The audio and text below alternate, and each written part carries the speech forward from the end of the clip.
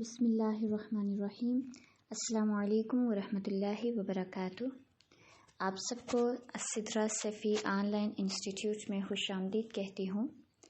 آج جس ٹاپک پہ ہم بات کریں گے وہ ہے تلاوت قرآن کی عظمت اور اہمیت۔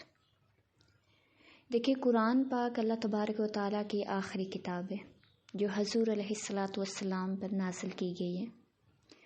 قرآن کا مطلب ہے پڑھنا، اور اللہ تبارک و تعالیٰ کے اس کلام کو بہت زیادہ پڑھا جاتا ہے، بہت زیادہ، اس لیے اسے قرآن کہا جاتا ہے کیونکہ اس کا مطلب ہے پڑھنا۔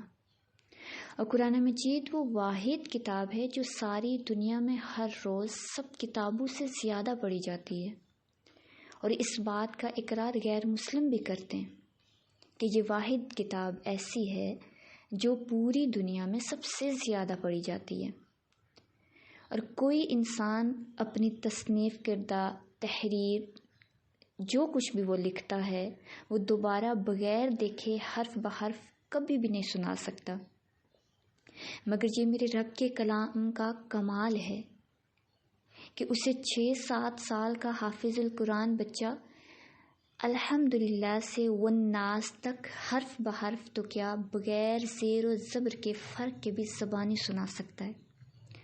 اور یہ قرآن مجید کی حقانیت کی زبردست دلیل ہے کہ اس میں کوئی شک نہیں ہے، یہ حقیقت ہے، کیونکہ اللہ نے کہا نا لا ریب فیہ، ان کی اس میں کوئی شک ہی نہیں ہے۔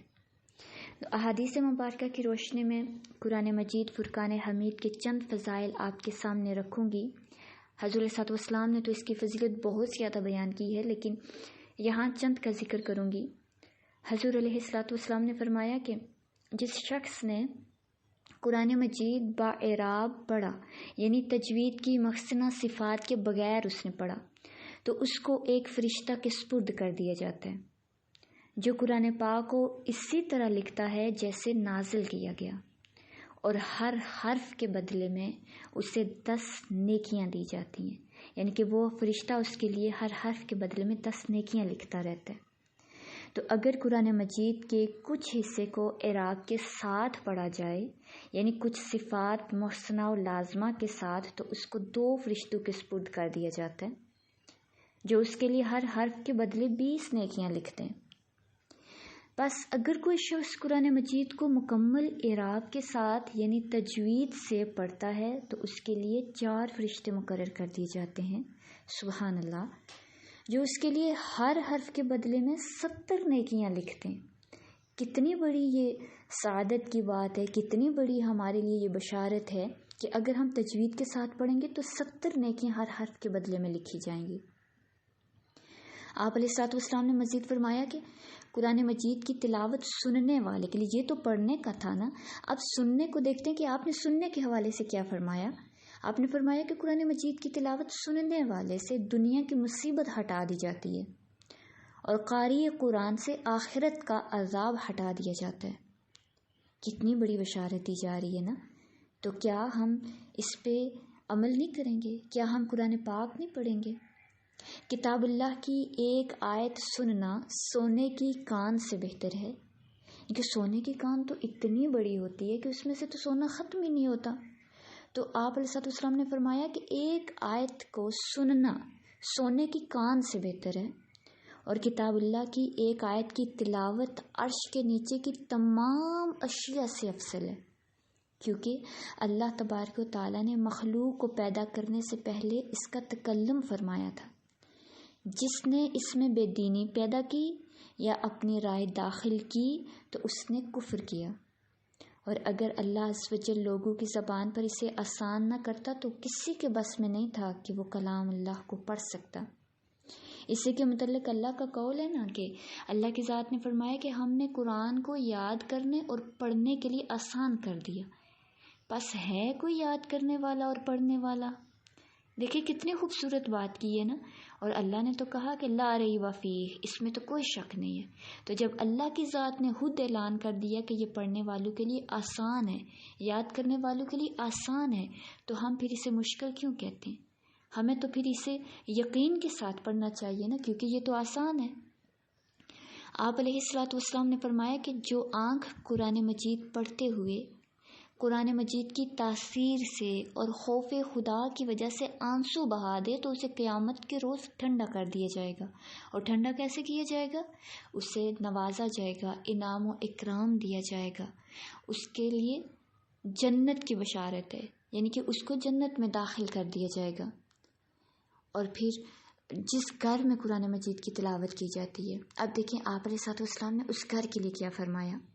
آپ نے فرمایا کہ جس گھر میں قرآن مجید کی تلاوت کی جاتی ہے اس میں فرشتے آتے ہیں اور شیاطین دور ہو جاتے ہیں، اور اس کے لیے جو گھر ہوتا ہے وہ اس کے اہل و عیال کے لیے، اس گھر کے افراد کے لیے وسیع ہو جاتا ہے، کشادہ ہو جاتا ہے، اور اس میں بلائی کی کثرت ہوتی ہے اور پھر شر کی قلت ہو جاتی ہے. اور جس گھر میں قرآن کی تلاوت نہ ہو اس میں شیاطین آ جاتے ہیں، فرشتے اس سے نکل جاتے ہیں اور وہ اپنے رہنے والوں پر تنگ ہو جاتا ہے، یعنی کہ وہاں پھر خیر کم اور شر زیادہ ہو جاتا ہے. آپ علیہ الصلوۃ والسلام نے فرمایا کہ بے شک مومنین کے گھر عرش تک روشن ہے. سبحان اللہ، مومنین کے گھر عرش تک روشن ہے. ان گھروں کو 7 آسمانوں کے مقرب فرشتے پہچانتے ہیں اور یہ کہتے ہیں کہ یہ نور مومنین کے گھروں کا ہے جن میں قرآن مجید کی تلاوت کی جاتی ہے. آپ علیہ الصلوۃ والسلام نے ارشاد فرمایا وہ گھر جس میں قرآن مجید پڑھا جاتا ہے آسمان والوں کو تو وہ ایسے دکھائی دیتا ہے جیسے کہ زمین والوں کو ستارے دکھائی دیتے ہیں.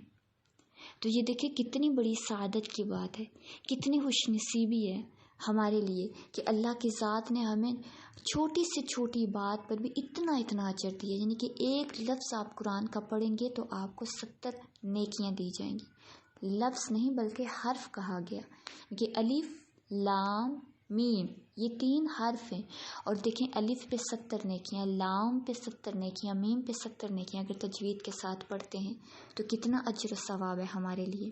اس لیے کوشش کریں کہ اللہ تبارک و تعالیٰ کے اس پیارے کلام کو محبت کے ساتھ پڑھیں، اس طرح سے پڑھیں گویا کہ وہ رب آپ ہی سے کلام کر رہا ہو، وہ آیت آپ ہی کے لیے نازل ہوئی ہو.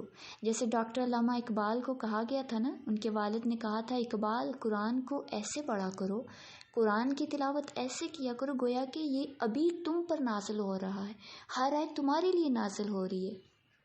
تو بالکل ایسے ہی کہا جاتا ہے نا کہ جب تم یہ چاہو کہ تم اللہ سے بات کرو تو پھر ایسا کیا کرو کہ نماز پڑھ لیا کرو، اور جب یہ چاہو کہ اللہ کی ذات آپ سے کلام کرے تو پھر قرآن کھول لیا کرو.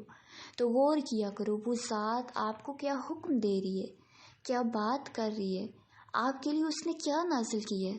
ہم تو بس پڑھتے ہیں اور بھاگ جاتے ہیں، ہمیں نہیں پتہ ہوتا کہ اس میں کیا لکھا ہوا ہے، اللہ کی ذات ہمیں کیا کہہ رہی ہے. اس لیے ہم نے آج سے عہد کرنا ہے کہ ہم قرآن کو سمجھیں گے جتنا ممکن ہو، جس حد تک ممکن ہو قرآن کو ہم نے سمجھنا ہے، اس پہ عمل کرنے کی کوشش کرنی ہے. اللہ کریم ہمیں قرآن کریم کو پڑھنے، سمجھنے، عمل کرنے اور پھیلانے کی توفیق عطا فرمائے. جزاکم اللہ خیرا کثیرا.